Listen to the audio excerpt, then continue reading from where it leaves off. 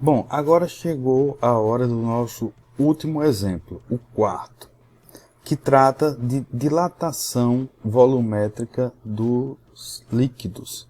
Antes nós tínhamos a dilatação volumétrica dos sólidos, agora nós estamos com a dilatação volumétrica dos líquidos.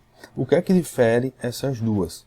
É que a dilatação do líquido depende também do recipiente que o contém, já que o líquido ele não pode ficar, né, sem um recipiente para manter a sua forma. Então vamos à questão. Um recipiente de vidro pirex com 2000 ml de capacidade está cheio de álcool etílico a 15 graus Celsius. Se a temperatura for elevada até 25 graus Celsius, a quantidade de álcool irá extravasar do recipiente. O coeficiente de dilatação volumétrica do álcool etílico é 0,0011 Celsius a menos 1. Para o vidro pirex, temos que alfa é igual a 0,000003.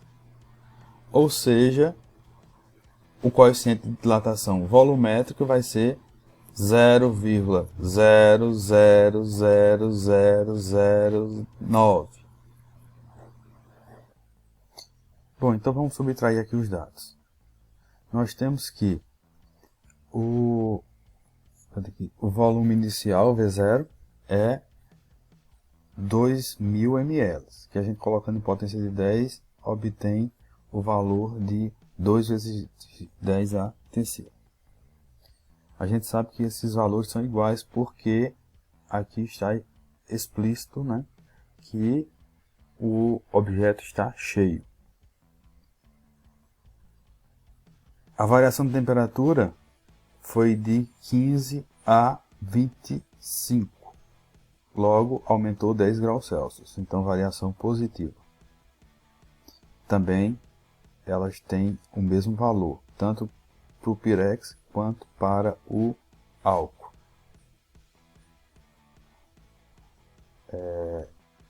O coeficiente de dilatação, no caso do pirex, também foi expresso aqui, mas não em potência de 10. Colocando em potência de 10 vai ficar 9 vezes 10 a menos 6.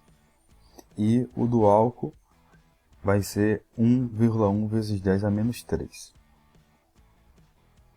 Vamos fazer aqui a continha. Utilizando a equação que nós já conhecemos, né, para a dilatação volumétrica, substituindo os valores, nós vamos obter esta expressão que a gente está vendo aí. Podemos reagrupá-los, né, colocando o 2 e 1,1 de um lado e o restante que tem 10, né, para o outro lado. Ou seja, as potências de 10 ficam em separado.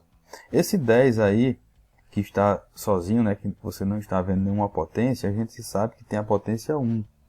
Tá? Você pode optar por colocá-lo junto das potências ou por colocar junto dos números. Isso não vai fazer muita diferença na conta. Vou mostrar os dois casos. Eu deixando o 10 como potência, eu vou ter 3 da primeira, menos 3 da segunda e 1 da terceira. Tá? Então vou somar 3 menos 3 mais 1. E multiplicar os valores que estão entre parênteses, que no caso é 2 e 1,1. Essa multiplicação vai dar 2,2. A soma aí das potências, né, dos expoentes das potências, vai nos dar 1. Né? 10 elevado a 1 é próprio 10. Daí eu vou ter 2,2 vezes 10, que dá 22 ml. Posso também, como eu falei antes, colocar o 10 junto dos números que não tem potência. Daí vai ficar 2 vezes 1,1 vezes 10. E do outro lado fica potência de 10 à terceira e 10 a menos 3. Daí o que é que eu vou ter? Multiplicando o parênteses eu vou ter 22. E a potência vai ficar 3 menos 3 de expoente. 3 menos 3 dá 0. Então fica 10 elevado a 0. A gente sabe o seguinte, ó, todo número elevado a 0 é 1. Não é diferente de 10. 10 elevado a 0 vai dar 1, certo? O que nos retorna o mesmo valor. Agora a gente pode analisar o do Pirex. A fórmula continua a mesma, né? Vocês estão vendo apenas essas diferenças aqui, ó, onde tem o nome álcool e Pirex, é só para nós sabermos que são objetos distintos, mas a equação fundamentalmente é a mesma. Daí, quando eu substituo os valores que já foi expresso aí nos dados, eu vou fazer o mesmo procedimento. Vou agrupar os números diferentes de 10 e deixar as potências de 10 separadas. Aqui o que eu tenho de diferente é 2 e 9, então 2 vezes 9, 18. Potência de 10, repete a base, somos expoentes, então é 3 menos 6 mais 1. Esse valor dá menos 2. Daí eu vou ficar com 18 vezes 10 a menos 2. Para eu tirar essa potência de 2, eu só preciso retornar duas casas. Bem, então calculamos a dilatação do líquido e do recipiente. Relembrando, a dilatação real do líquido é justamente a dilatação do recipiente mais a dilatação aparente. Certo? O que é a dilatação aparente? Se o recipiente está completo, como é este caso, a dilatação aparente é o que derramou. Então você poderia entender como esse líquido que foi extravasado como sendo a dilatação do líquido, a dilatação real do líquido. Porém, não é.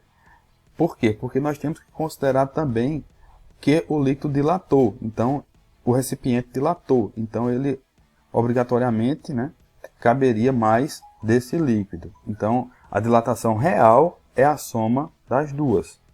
Certo? Se ele não transborda, né, se não é o caso de estar completo, né, como esse, e o objeto não transborda, então você tem que considerar a leitura feita no recipiente, né, a leitura do volume final do líquido dentro do recipiente como sendo, né, a variação aparente. Certo? O inicial menos o final como sendo um aparente. Porém, a gente tem que entender que o crescimento, né, ou a contração, no caso, total, a real, é a soma desses dois pontos. Do recipiente mais o do aparente. Então, são os dois. Tá? Como eu tenho o do líquido, né, que é o real, eu calculei aqui o real, né, que é o do líquido, e como eu calculei também o do recipiente, certo? O valor aparente nesse caso vai ser o transbordado, certo? Essa variação aparente. Daí eu simplesmente resolvo essa equação, né, e vou obter a seguinte resposta: 21,82 ml. Então quer dizer que transbordou 21,82 ml. Tá? Caso não tivesse transbordado, continuaria valendo o mesmo princípio, certo? Seria, ao invés de transbordar, seria o que foi lido lá no recipiente. Então, qualquer dúvida, procurem-nos nos canais aí de atendimento, no WhatsApp, né? Ou podem deixar no grupo, que é o mais interessante para que seja feito esse tipo de procedimento.